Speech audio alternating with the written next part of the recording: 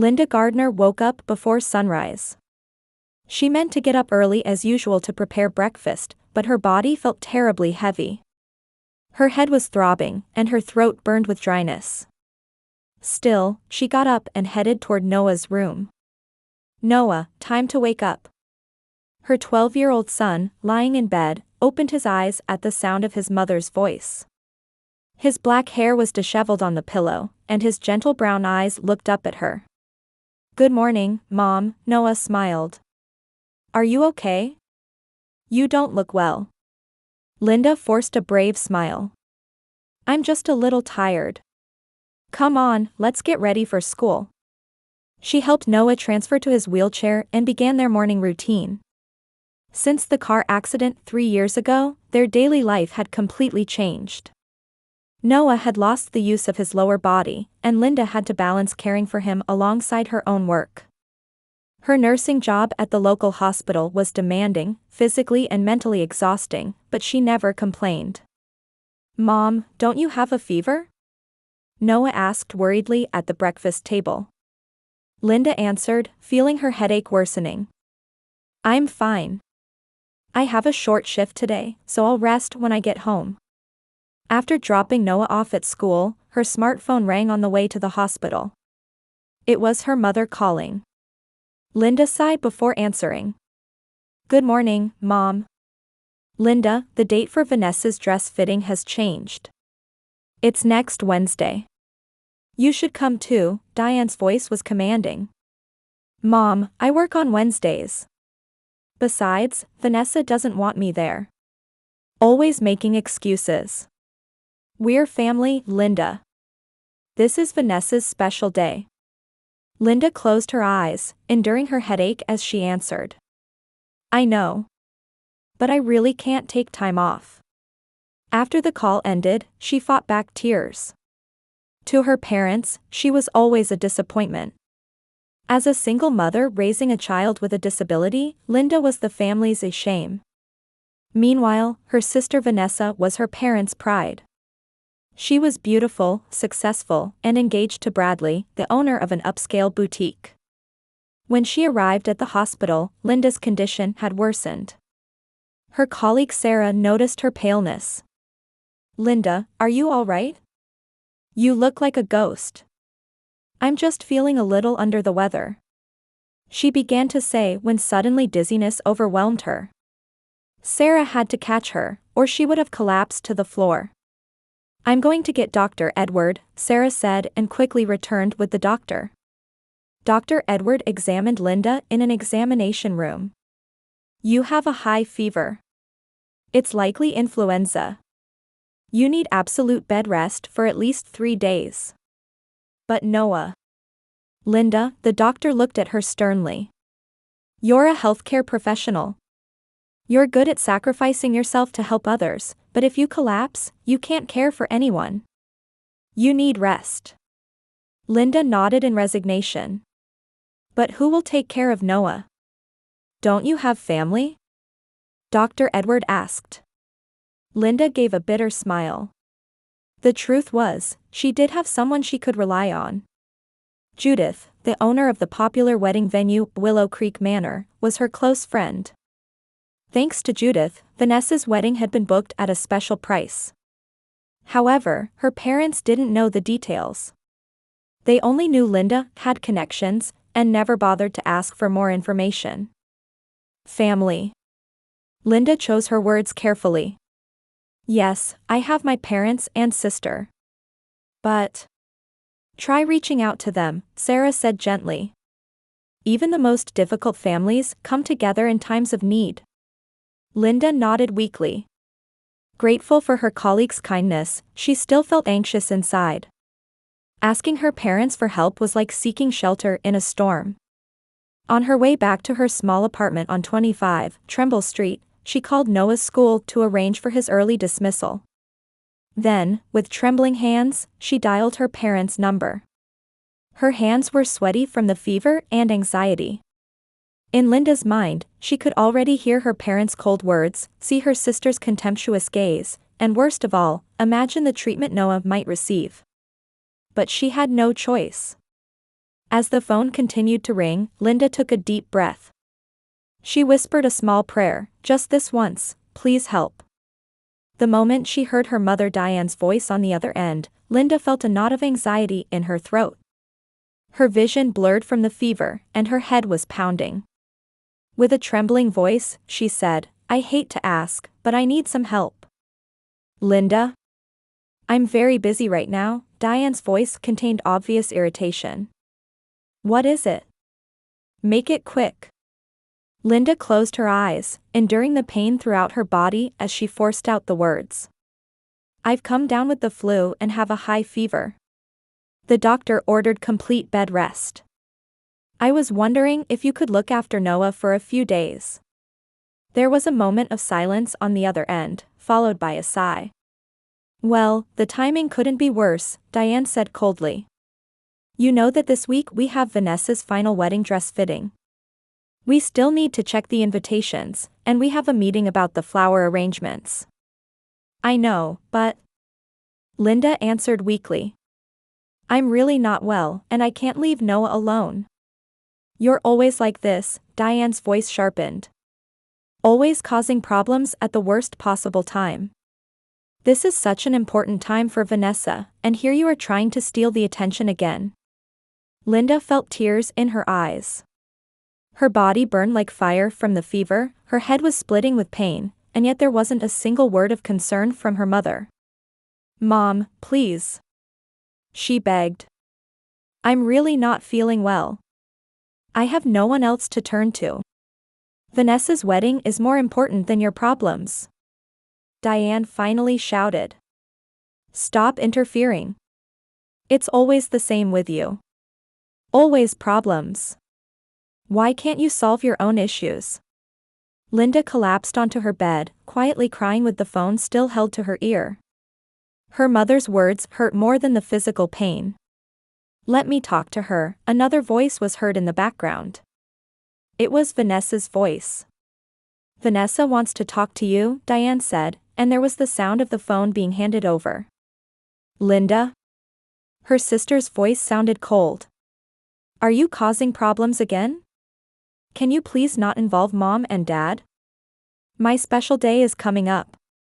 Vanessa. Linda said, holding back tears. I didn't choose to get sick like this. This is what happens when you have a worthless child. Vanessa suddenly spat out. I can't let my special day be ruined. You need to deal with the consequences of your choices. Linda was stunned by the words, momentarily speechless. The cruelty of her sister calling Noah worthless sent anger coursing through her. Noah is not worthless, she raised her voice. He's my son. How dare you say such a thing? But we're suffering because of your choices, Vanessa coldly replied. Mom and Dad have always cleaned up after you. But not this time. Preparations for my wedding take priority. In the background, she heard her father Robert's voice. That's enough. Hang up now. Dad says to end this, Vanessa said curtly. Solve your own problems. It has nothing to do with us. The phone suddenly disconnected, leaving Linda alone in the silence of her room. Still clutching her smartphone, she began to shake violently. It wasn't just from the fever. Anger, sadness, and a sense of despair overwhelmed her. She collapsed onto her bed, unable to stop crying. Her headache intensified, and her body burned with fever. But her heart hurt the most. The pain of being rejected by her family, abandoned when she needed help the most, and above all, the pain of hearing Noah called a worthless crushed her. The sound of the doorbell startled her. Feeling a faint hope, she crawled out of bed and headed toward the door. Maybe her parents had changed their minds. When she opened the door, Sarah was standing there. Her hospital colleague's face was filled with concern. Linda. You shouldn't be walking in your condition. Sarah cried in surprise, immediately supporting her. Why aren't you in bed? Linda rested her head on Sarah's shoulder. Noah, he'll be coming home from school. That's why I'm here, Sarah said gently. I heard about the situation from Dr. Edward. I've already contacted the school and arranged to pick up Noah. You need to get back to bed. Sarah helped Linda back to bed and placed a cool cloth on her forehead. Through tears, Linda told her about the phone conversation. They're my family, why won't they help me? Sarah squeezed her hand. You have a real family. Noah and me. Rest now. I'll take care of everything. But you have your own family. Friends are family too, Sarah said firmly. My husband understands. Noah is a wonderful boy, and our son loves playing with him. Don't worry. I'll look after both of you for a few days. Linda's heart filled with gratitude. The pain of rejection from her parents and sister remained, but Sarah's presence gave her comfort. Sarah. Don't talk anymore, Sarah handed Linda medicine and water. Take this and rest. Leave Noah to me. After taking the medicine, Linda remembered one more thing before closing her eyes. In a small voice, she said to Sarah. Sarah, could you get my phone? When Sarah handed her the smartphone, Linda scrolled through her contacts and found the name Judith Willow Creek. She hesitated for a moment, but then, determined to sever the relationship with her parents completely, she sent a message. Judith, we need to talk. About my sister's wedding reservation. After sending the message, Linda placed her smartphone on the side table. As she closed her eyes, her tired body quickly fell asleep. Tears still stained her cheeks, but her face showed an expression of quiet resolve. Linda had made a decision about what real family means, and how to deal with people who don't understand her worth. In the midst of her fever, a new strength was beginning to grow in her heart. 2 weeks had passed, and Linda had fully recovered. The flu symptoms were gone, and she had returned to her normal rhythm of life.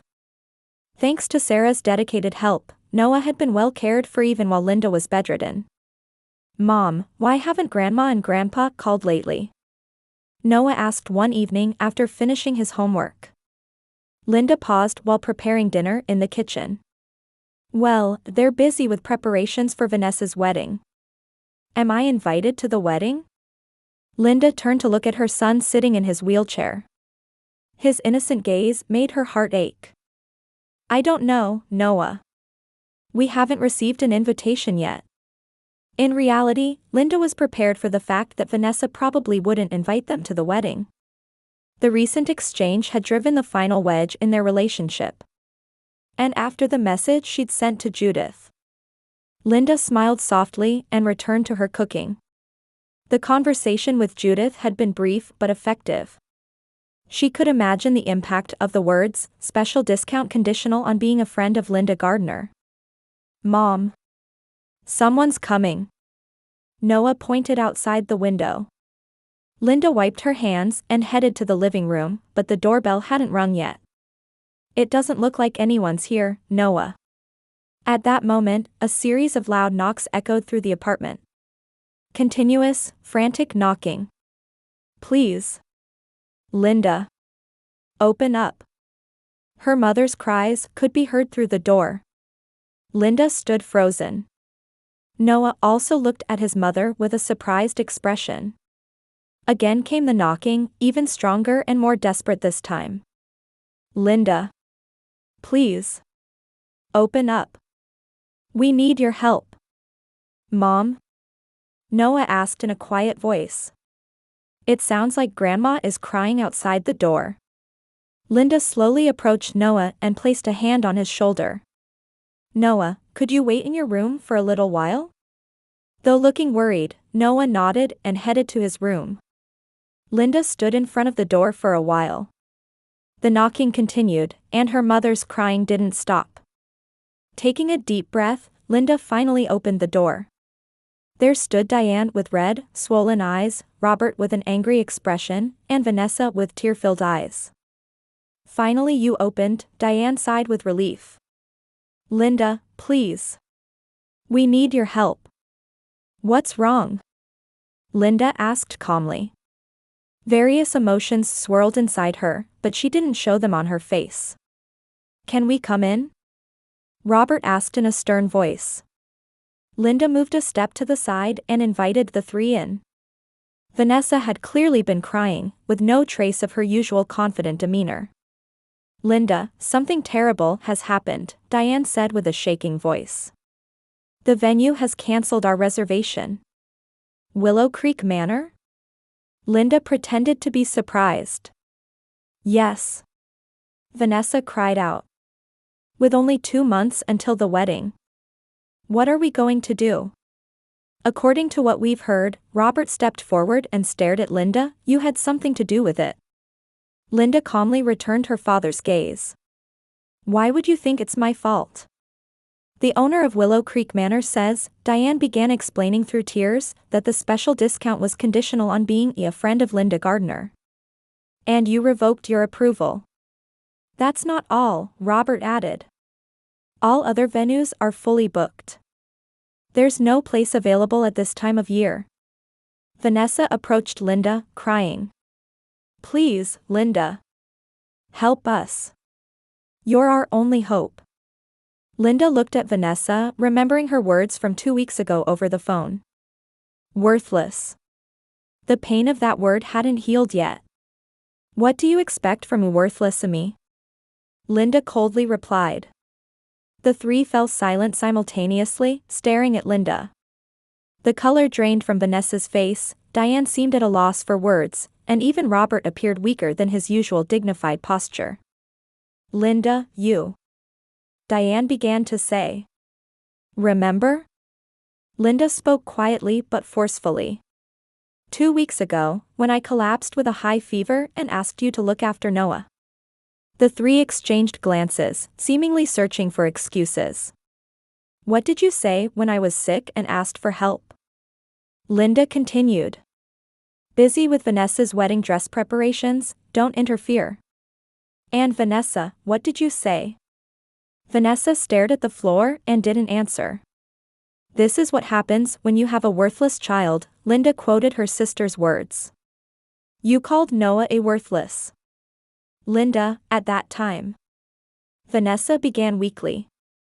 "Noah is everything to me," Linda interrupted her sister. "I have no obligation to help someone who hurt him." "Linda, please," Diane begged through tears. "We were wrong. We were terrible. But please forgive us. Please." "For what?" Linda questioned. "So you can do the same thing again? So you can hurt me and Noah again?" "We won't ever do it again," Robert said in an unusually soft voice. "Linda, we were wrong. Especially me." Linda stared at her father. There was something in his eyes that she hadn't seen for a long time. The color of regret and shame. "Where's Noah?" Diane suddenly asked. "I want to see him." "Why?" Linda was cautious. "I want to apologize," Diane said with a serious expression. "Directly to him." Linda remained silent for a moment, thinking. In her heart, anger and sadness intertwined. But somewhere, she had always wished for reconciliation with her family. Especially for Noah's sake. "Mom?" Noah's voice came from the doorway. He had quietly approached in his wheelchair. "Noah." Diane cried out, taking a step toward her grandson. But noticing Linda's gaze, she stopped in her tracks. "Grandma, why are you crying?" Noah asked. The room was wrapped in heavy silence. Linda took a deep breath and made a decision. "I might forgive you, but there are conditions," she said slowly. The three stared at Linda simultaneously. A glimmer of hope appeared in their eyes. "Name it," Vanessa quickly said. "We'll do anything." "Really?" Linda raised an eyebrow. "Then, let's hear it." She stood up and walked to the window. Outside, dusk was falling, and the city lights were beginning to come on one by one. Turning back, her family was sitting, eagerly awaiting her words. The power dynamic had completely reversed. First, Linda said in a quiet but authoritative voice, an apology to Noah. And her eyes were filled with determination. Linda announced her conditions in a quiet voice. You will take care of Noah every weekend until the wedding, 2 months from now. From Friday evening until Sunday evening. Every weekend? Vanessa raised her voice in surprise. You're joking. I'm busy. I have wedding preparations, and I need time with Bradley. Those are my terms, Linda replied calmly. Accept them, or go ahead without a venue. Isn't every weekend a bit harsh? Robert carefully suggested. Couldn't we be a bit more flexible? Linda cut off her father's words. You didn't show any flexibility when I was down with a high fever. Can't the three of you together handle on weekends what I manage alone every day? Robert was at a loss for words and fell silent. That's not all, Linda continued. You will donate 10% of the wedding budget to A Bright Future, a local charity for children with disabilities. 10%? Diane gasped. That's a considerable amount. Mom, Linda looked directly at her mother. Considering your comfortable retirement and Vanessa's engagement to a luxury boutique owner, such a donation should be possible. The room fell into a heavy silence. Vanessa stared at the floor, and Robert and Diane exchanged glances. Finally, Vanessa said in a small voice, what else? Lastly, Linda looked toward Noah. Invite Noah to the ceremony and let him participate as the ring bearer. But he's... Vanessa began to say, then quickly swallowed her words. He's what? Linda's eyes flashed sharply. Nothing, Vanessa hurriedly said. Of course, I want Noah to be part of it. Really? Linda calmly asked. Even a worthless child? Vanessa's face turned red, and she lowered her head in shame. Those words were wrong. I'll apologize. She turned to Noah, approached him, and crouched down to his eye level. Noah, what your aunt said was truly terrible. You are never worthless. You're a wonderful boy. Will you come to my wedding? Will you carry the rings for me? Noah looked at Vanessa with a confused expression, then looked toward his mother. Linda nodded slightly and smiled at her son. Okay, Aunt Vanessa, Noah slowly answered. But will you like me? Tears welled in Vanessa's eyes, and she nodded. Of course, Noah. I just never gave myself the chance to know you. I'll change that. Diane stepped forward, trying to smooth things over.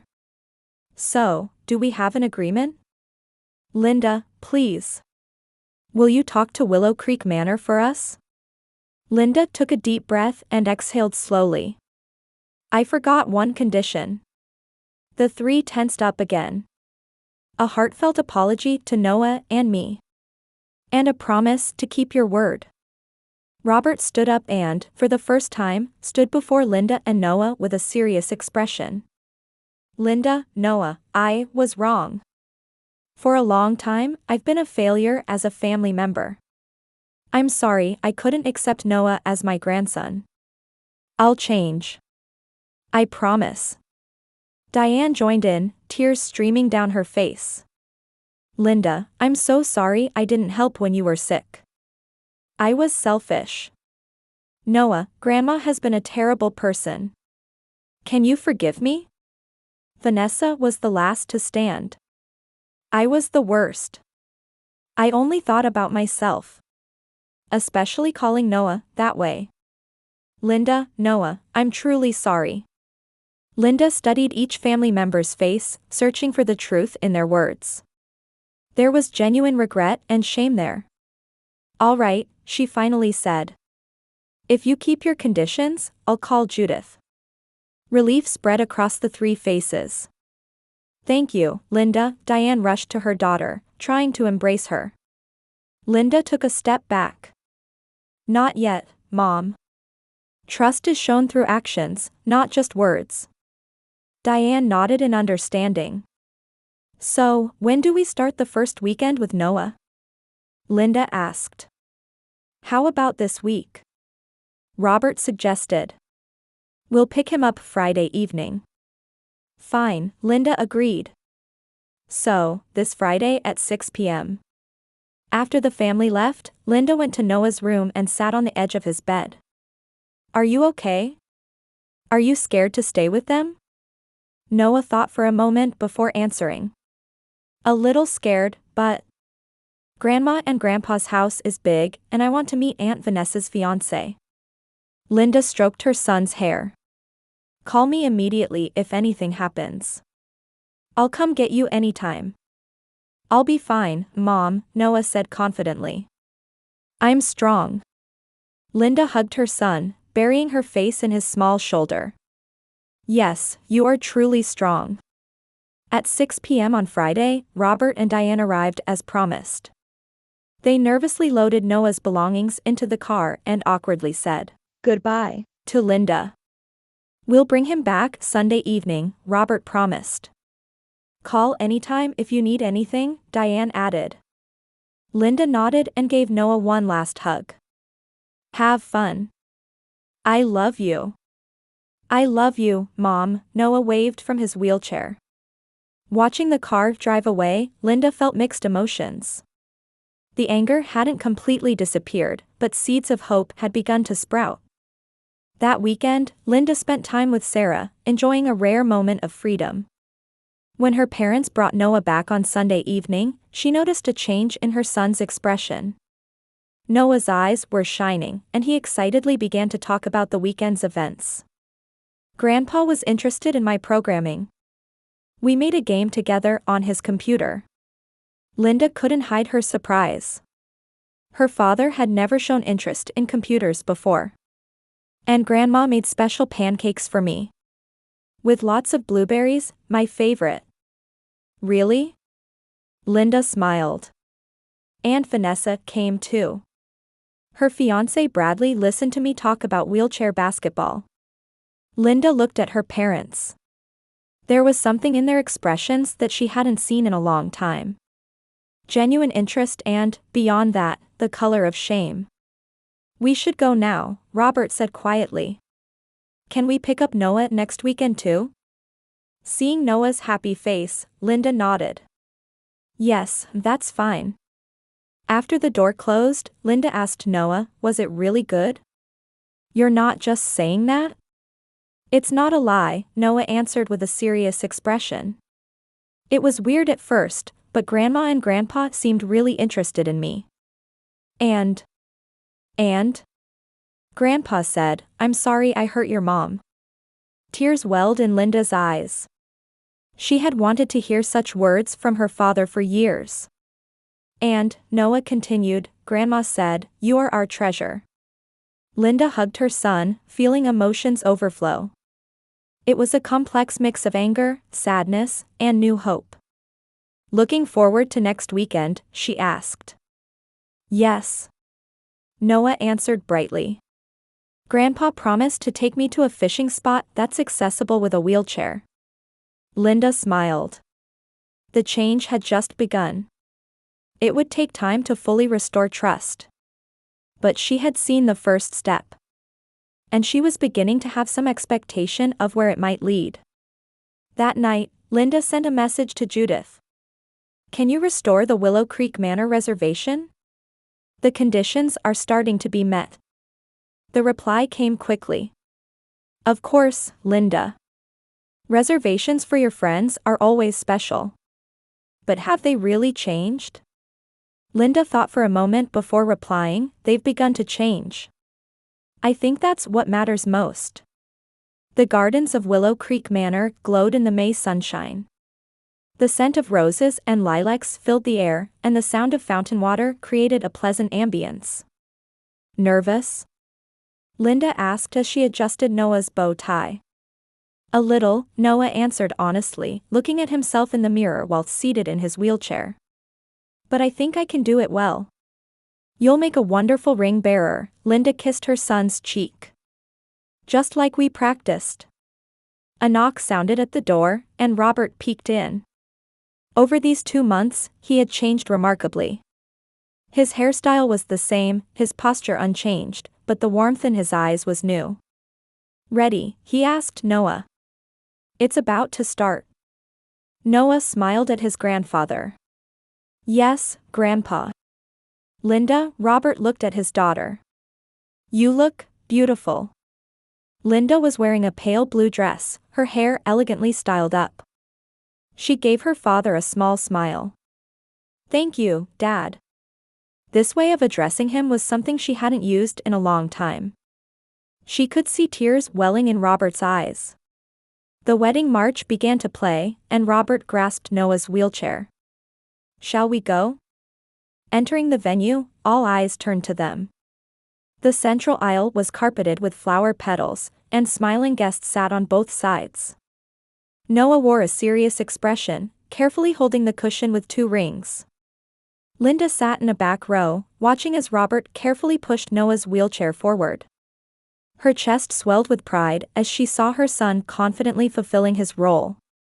Vanessa, dressed in a pure white gown, stood next to Bradley with a radiant smile.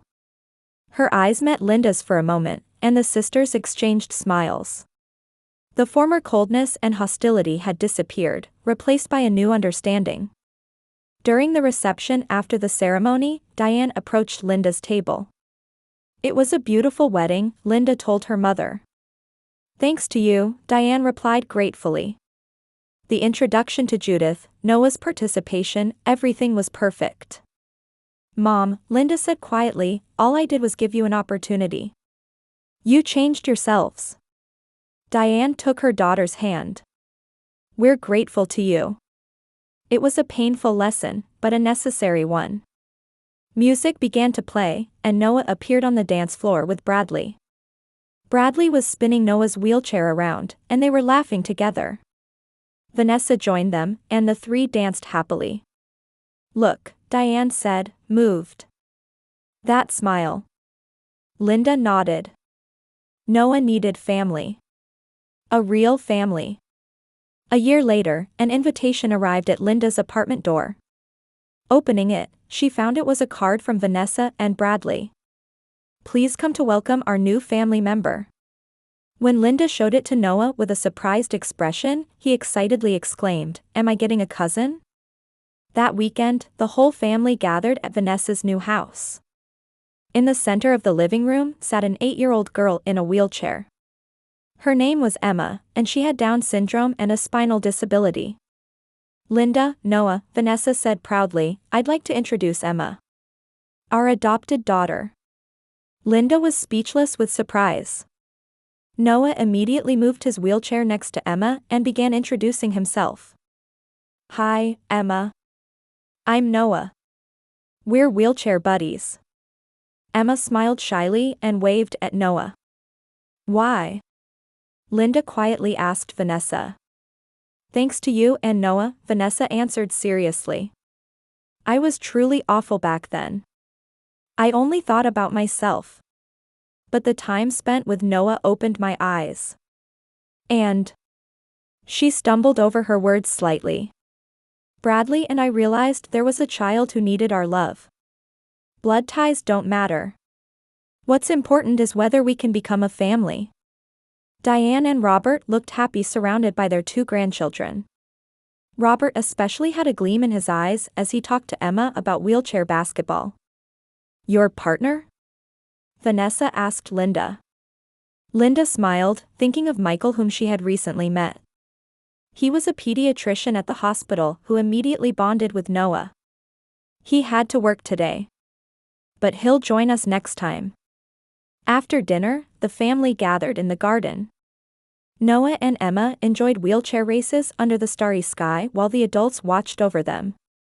Vanessa sat next to her sister and quietly said, "Thank you." "For what?" "For changing us.